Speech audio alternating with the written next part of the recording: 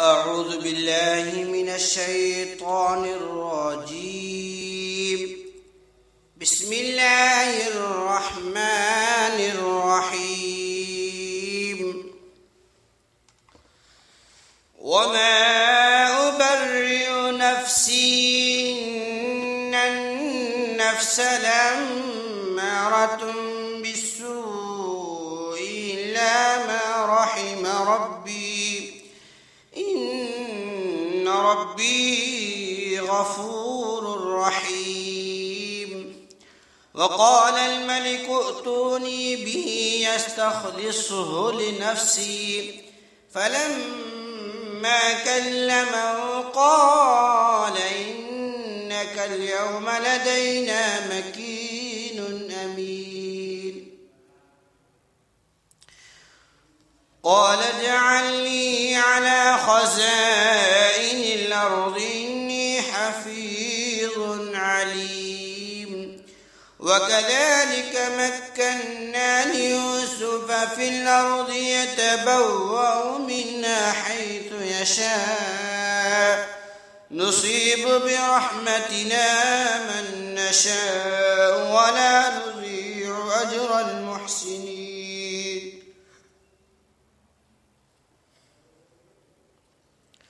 ولأجر الآخرة خير للذين آمنوا وكانوا يتقون.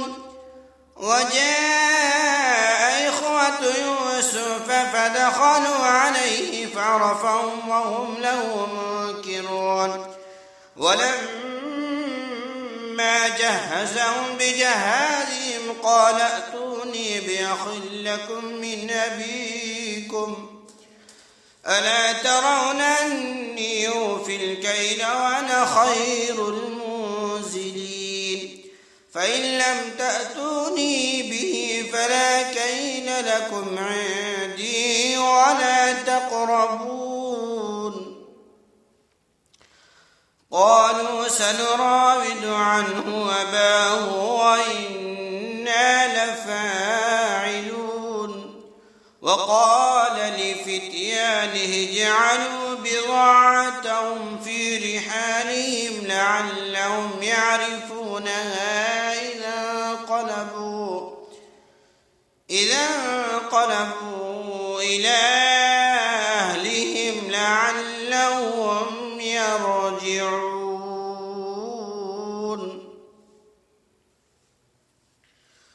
فلما رجعوا إلى أبيهم قالوا يا أبانا منع منا الكيل فأرسل معنا أخانا نكتل وإنا له لحافظون. قال هل آمنكم عليه إلا كما أمنتكم على أخيه من قبل فالله خير حافظا وهو أرحم الراحمين. ولما فتحوا متاعهم وجدوا بضاعتهم ردت إليهم قالوا يا أبانا ما نبغي هذه بضاعتنا ردت إلينا ونمير أهلنا ونحفظ أخانا ونزداد كيل بعير ذلك كيل يسير. قال لن نرسله معكم حتى تؤتون موثقا من الله لتأتونني به إلا أن يحاط بكم. فلما آتوه موثقهم قال الله على ما نقول وكيل. وقال يا بني لا تدخلوا من باب واحد وادخلوا من أبواب متفرقة وما أغني عنكم من الله من شيء إن الحكم إلا لله عليه توكلت توكلت عليه فليتوكل المتوكلون. ولما دخلوا من حيث أمرهم أبوهم ما كان يغني عنهم من الله من شيء إلا حاجة في نفس يعقوب قضاها وإنه لذو علم لما علمناه ولكن أكثر الناس لا يعلمون. ولما دخلوا على يوسف آوى إليه أخاه قال إني أنا أخوك فلا تبتئس بما كانوا يعملون. فلما جهزهم بجهازهم جعل السقاية في رحل أخيه ثم أذن مؤذن أيتها العير إنكم لسارقون. قالوا أقبلوا عليهم ماذا تفقدون؟ قالوا نفقد صواع الملك ولما جاء به حمل بعير ونبه زعيم. قالوا تالله لقد علمتم ما جئنا لنفسد في الأرض وما كنا سارقين. قالوا فما جزاؤه إن كنتم كاذبين؟ قالوا جزاؤه من وجد في رحله فهو جزاؤه كذلك نجزي الظالمين.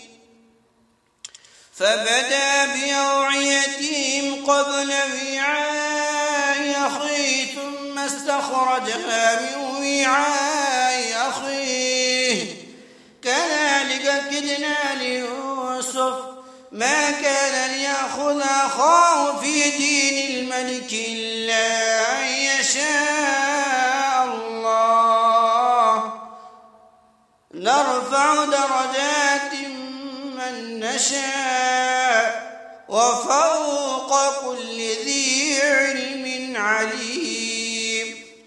قالوا إن يسرق فقد سرق أخ له من قبل فأسرها يوسف في نفسه ولم يبدها لهم. قال أنتم شر مكانا والله أعلم بما تصفون. قالوا يا أيها العزيز إن له أبا شيخا كبيرا فخذ أحدنا مكانه إنا نراك من المحسنين. قال معاذ الله أن نأخذ إلا من وجدنا متاعنا عنده إنا إذا لظالمون. فلما استيئسوا منه خلصوا نجيا قال كبيرهم ألم تعلموا أن أباكم قد أخذ عليكم موثقا من الله ومن قبل ما فرطتم في يوسف فلن أبرح الأرض حتى يأذن لي أبي أو يحكم الله لي وهو خير الحاكمين.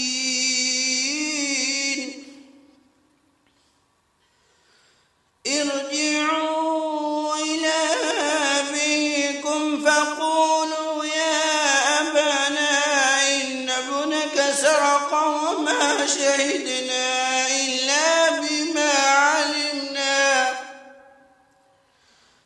وما شهدنا إلا بما علمنا وما كنا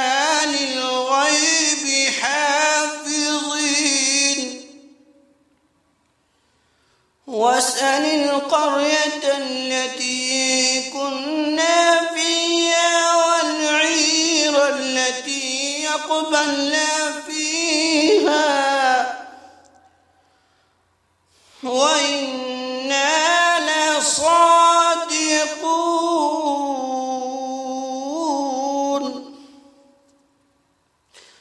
قالت بل سولت لكم أنفسكم أمرا فصبر جميل عسى الله أن يأتيني بهم جميعا. قال بل سولت لكم أنفسكم أمرا فصبر جميل عسى الله أن يأتيني بهم جميعا إنه هو العليم الحكيم. وتولى عنهم وقال يا أسفا على يوسف وابيضت عيناه من الحزن فهو كظيم. وتولى عنهم وقال يا أسفا على يوسف وابيضت عيناه من الحزن فهو كظيم. قالوا تالله تفتأ تذكر يوسف حتى تكون حرضا أو تكون من الهالكين. قالوا تالله تفتأ تذكر يوسف حتى تكون حرضا أو تكون من الهالكين.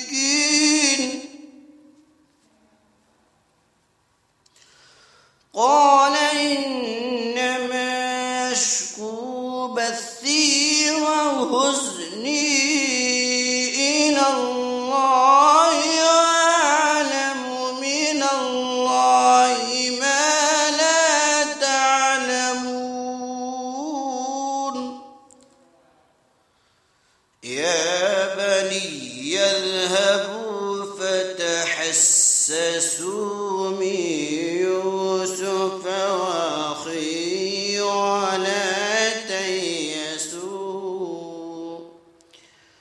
ولا تيأسوا من روح الله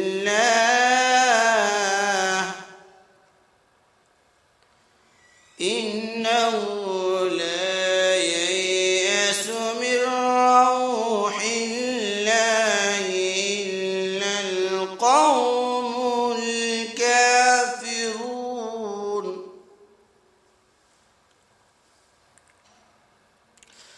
فلما دخلوا عليه قالوا يا أيها العزيز مسنا وأهلنا الضر وجئنا ببضاعة مزجاة فأوف لنا الكيل وتصدق علينا إن الله يجزي المتصدقين.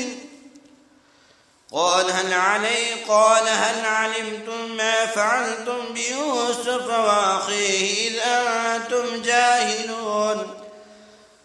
قالوا أئنك لأنت يوسف قال أنا يوسف وهذا أخيه قد من الله علينا إنه من يتق ويصبر فإن الله لا يضيع أجر المحسنين. قالوا تالله لقد آثرك الله علينا وإن كنا لخاطئين قال لا تثريب عليكم اليوم يغفر الله لكم وهو أرحم الراحمين اذهبوا بقميصي هذا فألقوه على وجه أبي يأت بصيرا وأتوني بأهلكم أجمعين ولما فصلت العير قال أبوهم إني لأجد ريح يوسف لولا أن تفندون قالوا تالله إنك لفي ضلالك القديم فلما جاء البشير ألقاه على وجهه فارتد بصيرا قال ألم أقل لكم إني أعلم من الله ما لا تعلمون قالوا يا أبانا استغفر لنا ذنوبنا إنا كنا خاطئين قال سوف أستغفر لكم ربي إنه هو الغفور الرحيم فلما دخلوا على يوسف آوى إليه أبويه وقال ادخلوا مصر إن شاء الله آمنين ورفع أبويه على العرش وخروا له سجدا وقال يا أبت هذا تأويل رؤياي من قبل قد جعلها ربي حقا وقد أحسن بي إذ خرجني من السجن وجاء بكم من البدو من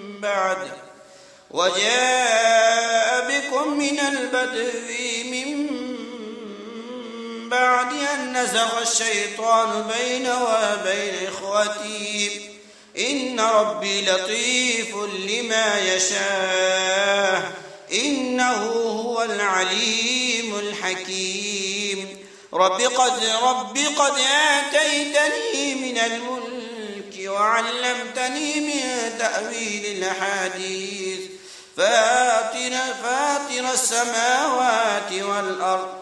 فاطر السماوات والأرض أنت ولي في الدنيا والآخرة توفني مسلما والحقني بالصالحين ذلك من أنباء الغيب نوحيه إليك وما كنت لديهم إذ أجمعوا أمرهم وهم يمكرون وما أكثر الناس ولو حرصت بمؤمنين وما تسألهم عليه من أجر إن هو إلا ذكر للعالمين وكأي من آية في السماوات والأرض يمرون عليها وهم عنها معرضون وما يؤمن أكثرهم بالله إلا وهم مشركون أفامنوا أن تأتيهم غاشية من عذاب الله أو تأتيهم الساعة بغتة وهم لا يشعرون قل هذه سبيلي يدعو إلى الله على بصيرة أنا ومن اتبعني وسبحان الله وما أنا من المشركين وما أرسلنا من قبلك إلا رجالا نوحي إليهم من أهل القرى أفلم يسيروا في الأرض فينظروا كيف كان عاقبة الذين من قبلهم ولدار الآخرة خير للذين اتقوا أفلا تعقلون حتى إذا استيأس الرسل وظنوا أنهم قد كذبوا جاءهم نصرنا فنجي من نشاء ولا يرد بأسنا عن القوم المجرمين لقد كان في قصصهم عبرة لأولي الألباب ما كان حديثا يفترى ولكن تصديق الذي بين يديه وتفصيل كل شيء وهدى ورحمة لقوم يؤمنون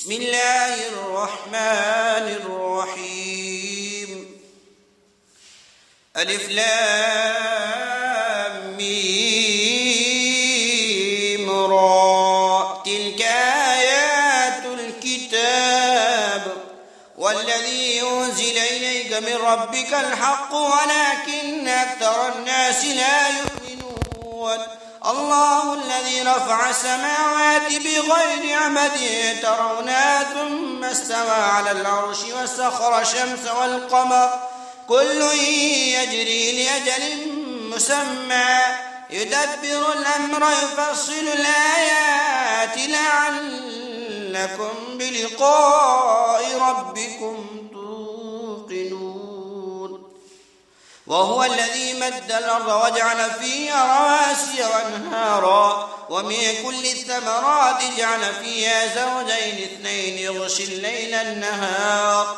إن في ذلك لآيات لقوم يتفكرون وفي الأرض قطع متجاورات وجنات من أعناب وزرع ونخيل صنوان وغير صنوان يسقى بماء واحد ونفضل بعضها على بعض في الأكل إن في ذلك لآيات لقوم يعقلون وإن تعجب فعجب قولهم أإذا كنا ترابا إنا لفي خلق جديد أولئك الذين كفروا بربهم وأولئك الأغلال في أعناقهم وأولئك أصحاب النار هم فيها خالدون ويستعجلونك بالسيئة قبل الحسنة وقد خلت من قبلهم المثلات وإن ربك لذو مغفرة للناس على ظلمهم وإن ربك لشديد العقاب ويقول الذين كفروا لولا أنزل عليه آيات من ربه ويقول الذين كفروا لولا أنزل عليه آية من ربه إنما أنت منذر ولكل قوم هاد الله يعلم ما تحمل كل أنثى وما تغيض الأرحام وما تزداد وكل شيء عنده بمقدار عالم الغيب والشهادة الكبير المتعال سواء منكم من أسر القول ومن جهر به ومن هو مستخف بالليل وسارب بالنهار له معقبات من بين يديه ومن خلفه يحفظونه من أمر الله إن الله لا يغير ما بقوم حتى يغيروا ما بأنفسهم وإذا أراد الله بقوم سوءا فلا مرد له وما لهم من دونه من وال هو الذي يريكم البرق خوفا وطمعا وينشئ السحاب الثقال هو الذي يريكم البرق خوفا وطمعا وينشئ السحاب الثقال ويسبح الرعد بحمده والملائكة من خيفته ويرسل الصواعق فيصيب بها من يشاء وهم يجادلون في الله وهو شديد المحال له دعوة الحق والذين يدعون من دونه لا يستجيبون لهم بشيء إلا كباسط كفيه إلى الماء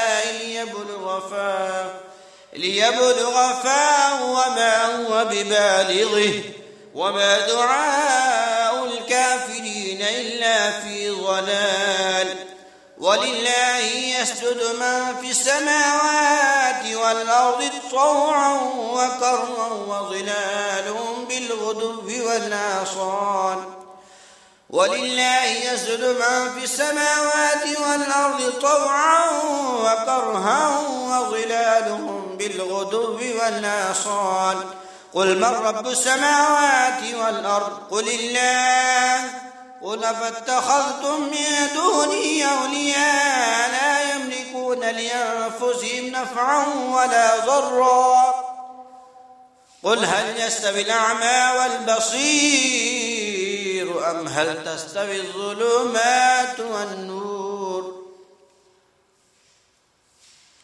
أم جعلوا لله شركاء خلقوا كخلقه فتشابه الخلق عليهم قل الله خالق كل شيء وهو الواحد القهار أنزل من السماء ماء فسالت أودية بقدرها فاحتمل السيل زبدا رابيا ومما يوقدون عليه في النار ابتغاء حلية أو متاع زبد مثله كذلك يضرب الله الحق والباطل فأما الزبد فيذهب جفاء وأما ما ينفع الناس فيمكث في الأرض كذلك يضرب الله الأمثال للذين استجابوا لربهم الحسنى والذين لم يستجيبوا له لو أن لهم ما في الأرض جميعا ومثله معه لافتدوا به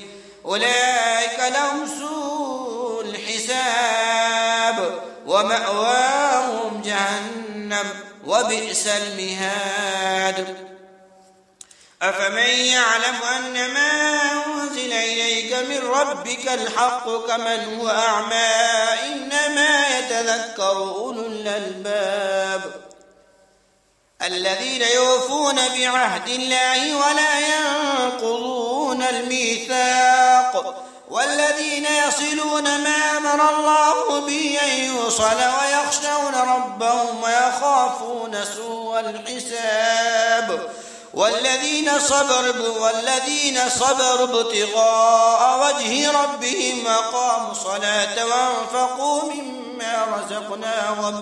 وأنفقوا مما رزقناهم سرا وعلانية ويدرؤون بالحسنة السيئة أولئك لهم عقبى الدار جنات عدن يدخلونها ومن صلح من آبائهم وأزواجهم وذرياتهم والملائكة يدخلون عليهم من كل باب سلام عليكم بما صبرتم فنعم عقبى الدار والذين ينقضون عهد الله من بعد ميثاقه ويقطعون ما أمر الله به أن يوصل ويفسدون في الأرض أولئك لهم اللعنة ولهم سوء الدار الله يبسط الرزق لمن يشاء ويقدر وفرحوا بالحياة الدنيا وما الحياة الدنيا في الآخرة إلا متاع ويقول الذين كفروا لولا أنزل عليه آية من ربه قل إن الله يضل من يشاء ويهدي إليه من أناب الذين آمنوا وتطمئن قلوبهم بذكر الله ألا بذكر الله تطمئن القلوب الذين آمنوا وعملوا الصالحات طوبى لهم وحسن مآب كذلك أرسلناك في أمة قد خلت من قبلها أمم لتتلو عليهم الذي أوحينا إليك عليهم الذي أوحينا إليك وهم يكفرون بالرحمن قل هو ربي لا إله إلا هو عليه توكلت وإليه متاب ولو أن قرآنا سيرت به الجبال وقطعت به الأرض أو كلم به الموتى بل لله الأمر جميعا أفلم ييأس الذين آمنوا أن لو يشاء الله لهدى الناس جميعا ولا يزال الذين كفروا تصيبهم بما صنعوا قارعة أو تحل قريبا من دارهم حتى يأتي وعد الله إن الله لا يخلف الميعاد ولقد استهزئ برسل من قبلك فأمليت للذين كفروا ثم أخذتهم فكيف كان عقاب أفمن هو قائم على كل نفس بما كسبت وجعلوا لله شركاء قل سموا من تنبئونه بما لا يعلم في الأرض أم بظاهر من القول بل زين للذين كفروا مكرهم وصدوا عن السبيل ومن يضلل الله فما له من هاد لهم عذاب في الحياة الدنيا ولعذاب الآخرة أشق وما لهم من الله من واق مثل الجنة التي وعد المتقون تجري من تحتها الأنهار أكلها دائم وظلها تلك عقبى الذين اتقوا وعقبى الكافرين النار والذين آتيناهم الكتاب يفرحون بما أنزل إليك ومن الأحزاب من ينكر بعضه قل إنما أمرت أن أعبد الله ولا أشرك به إليه أدعو وإليه مآب وكذلك أنزلناه حكما عربيا ولئن اتبعت أهواءهم بعدما جاءك من العلم ما لك من الله من ولي ولا واق ولقد أرسلنا رسلا من قبلك وجعلنا لهم أزواجا وذرية وما كان لرسول أن يأتي بآية إلا بإذن الله لكل أجل كتاب يمحو الله ما يشاء ويثبت وعنده أم الكتاب وإما نرينك بعض الذي نعدهم أو نتوفينك فإنما عليك البلاغ وعلينا الحساب أولم يروا أنا نأتي الأرض ننقصها من أطرافها والله يحكم لا معقب لحكمه وهو سريع الحساب وقد مكر الذين من قبلهم فلله المكر جميعا يعلم ما تكسب كل نفس وسيعلم الكفار لمن عقبى الدار ويقول الذين كفروا لست مرسلا قل كفى بالله شهيدا بيني وبينكم ومن عنده علم الكتاب بسم الله الرحمن الرحيم ألف لام را كتاب أنزلناه إليك لتخرج الناس من الظلمات إلى النور بإذن بإذن ربهم إلى صراط العزيز الحميد. الله الذي له ما في السماوات وما في الأرض وويل للكافرين من عذاب شديد. الذين يستحبون الحياة الدنيا على الآخرة ويصدون عن سبيل الله ويبغونها عوجا أولئك في ضلال بعيد. وما أرسلنا من رسول إلا بلسان قومه ليبين لهم فيضل الله من يشاء ويهدي من يشاء وهو العزيز الحكيم. ولقد أرسلنا موسى بآياتنا أن أخرج قومك من الظلمات إلى النور وذكرهم بأيام الله إن في ذلك لآيات لكل صبار شكور. وإذ قال موسى لقومه اذكروا نعمة الله عليكم إذ أنجاكم من آل فرعون يسومونكم سوء العذاب ويذبحون أبناءكم ويستحيون نساءكم وفي ذلكم بلاء من ربكم عظيم. وإذ تأذن ربكم لئن شكرتم لأزيدنكم ولئن كفرتم إن عذابي لشديد. وقال موسى إن تكفروا أنتم ومن في الأرض جميعا فإن الله لغني حميد.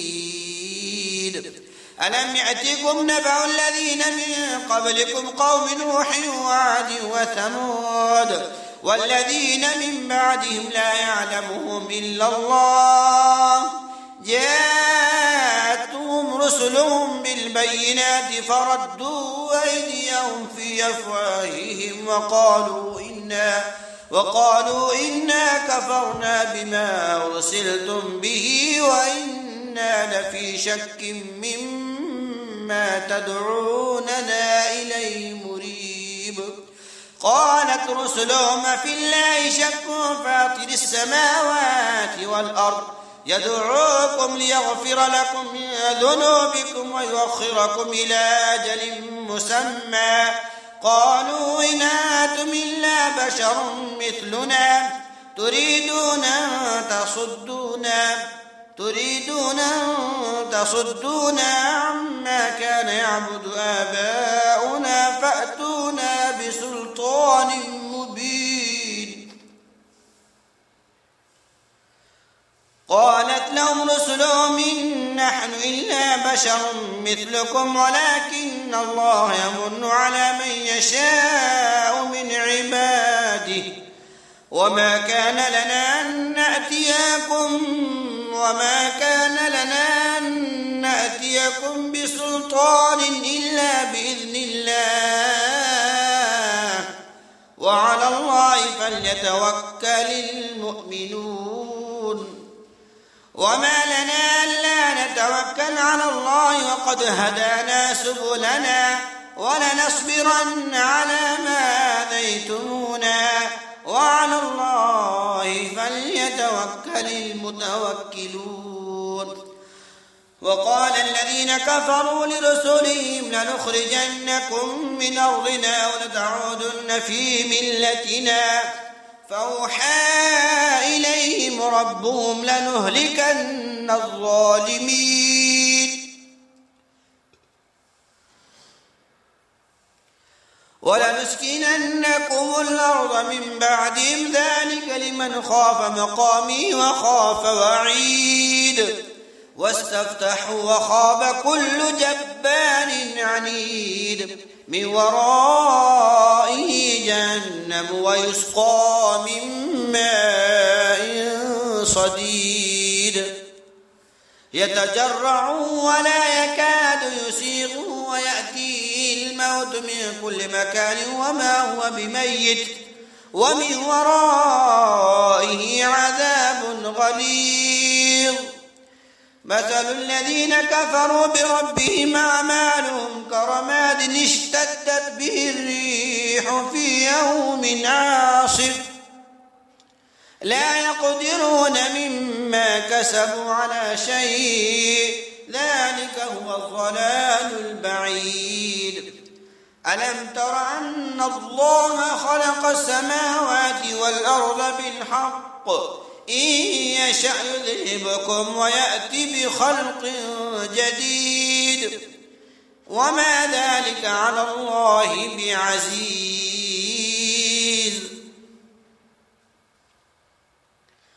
وبرزوا لله جميعا فقال الضعفاء للذين استكبروا إنا كنا لكم تبعا فهل أنتم مغنون عنا من عذاب الله من شيء قالوا لو هدانا الله لهديناكم سواء علينا جزعنا أم صبرنا ما لنا من محيص. وقال الشيطان لما قضي الأمر إن الله وعدكم وعد الحق ووعدتكم فأخلفتكم وما كان لي عليكم من سلطان إلا أن دعوتكم فاستجبتم لي فلا تلوموني ولوموا أنفسكم ما أنا بمصرخكم وما أنتم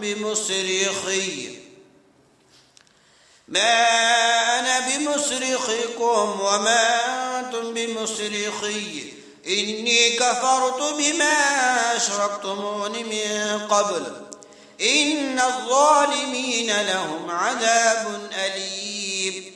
وأدخل الذين آمنوا وعملوا الصالحات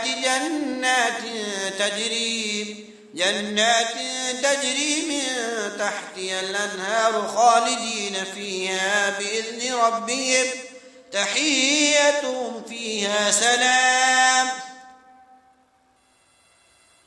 ألم تر كيف ضرب الله مثلا كلمة طيبة كشجرة طيبة نخلها ثابت وفرعها في السماء. ألم تر كيف ضرب الله مثلا كلمة طيبة كشجرة طيبة نخلها ثابت وفرعها في السماء تؤتي أكلها كل حين بإذن ربها ويضرب الله الأمثال للناس لعلهم يتذكرون. ومثل كلمة خبيثة كشجرة خبيثة اجتثت من فوق الأرض ما لها من قرار يثبت الله الذين آمنوا بالقول الثابت في الحياة الدنيا وفي الآخرة ويضل الله الظالمين ويفعل الله ما يشاء.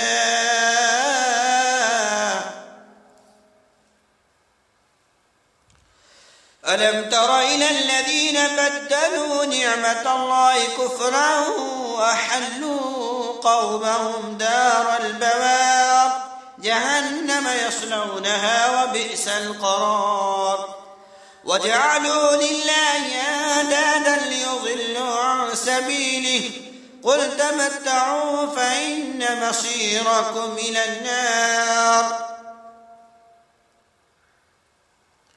قل لعبادي الذين آمنوا يقيموا الصلاة وينفقوا مما رزقناهم سرا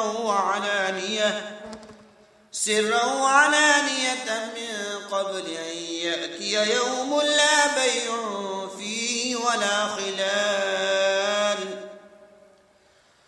الله الذي خلق السماوات والأرض وأنزل من السماء ماء فأخرج به من الثمرات رزقا لكم وسخر لكم الفلك لتجري في البحر بأمره وسخر لكم الأنهار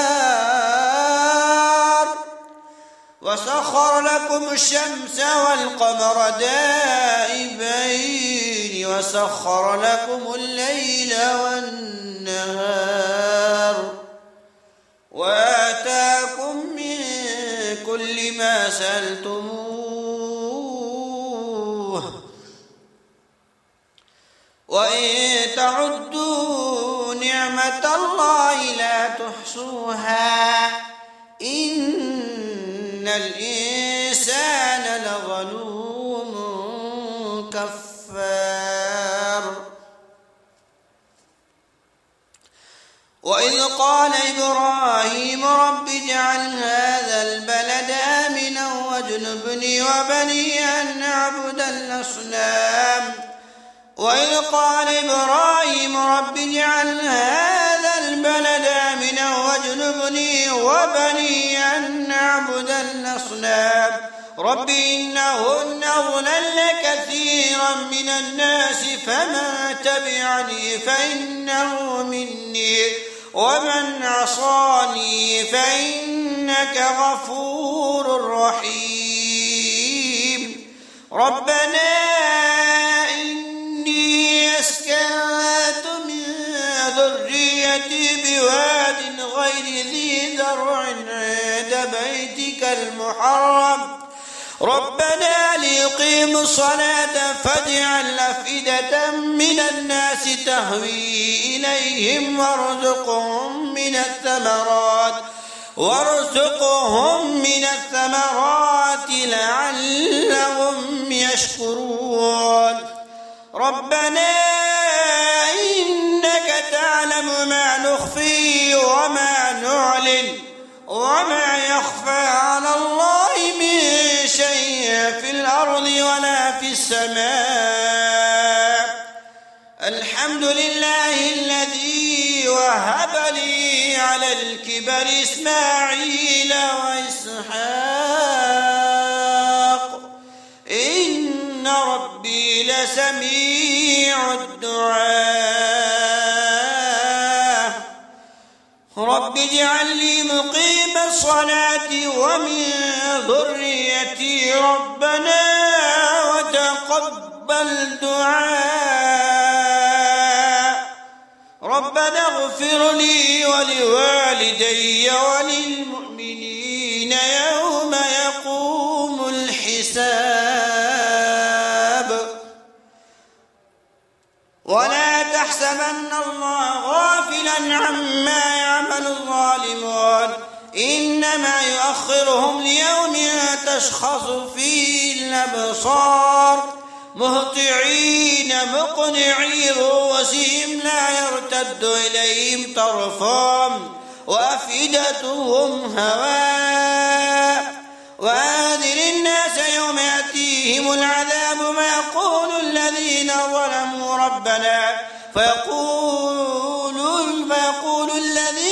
ظلموا ربنا أخرنا إلى أجل قريب نجب دعوتك ونتبع الرسل. أولم تكونوا أقسمتم من قبل ما لكم من زوال وسكنتم في مساكن الذين ظلموا أنفسهم وتبين لكم كيف فعلنا بهم وضربنا لكم الأمثال. وقد مكروا مكرهم عند الله مكرهم وإن كان مكرهم لتزول منه الجبال. فلا تحسبن الله مخلف وعده رسله إن الله عزيز ذو انتقام. يوم تبدل الأرض غير الأرض والسماوات وبرزوا لله الواحد القهار وترى المجرمين يومئذ مقرنين في الأصفاد سرابيلهم من قطران وتخشى وجوههم النار ليجزي الله كل نفس ما كسبت إن الله سريع الحساب هذا بلاغ للناس ولينذروا به وليعلموا أنما هو إله واحد ولينذروا به وليعلموا أنما هو إله واحد وليذكر أولو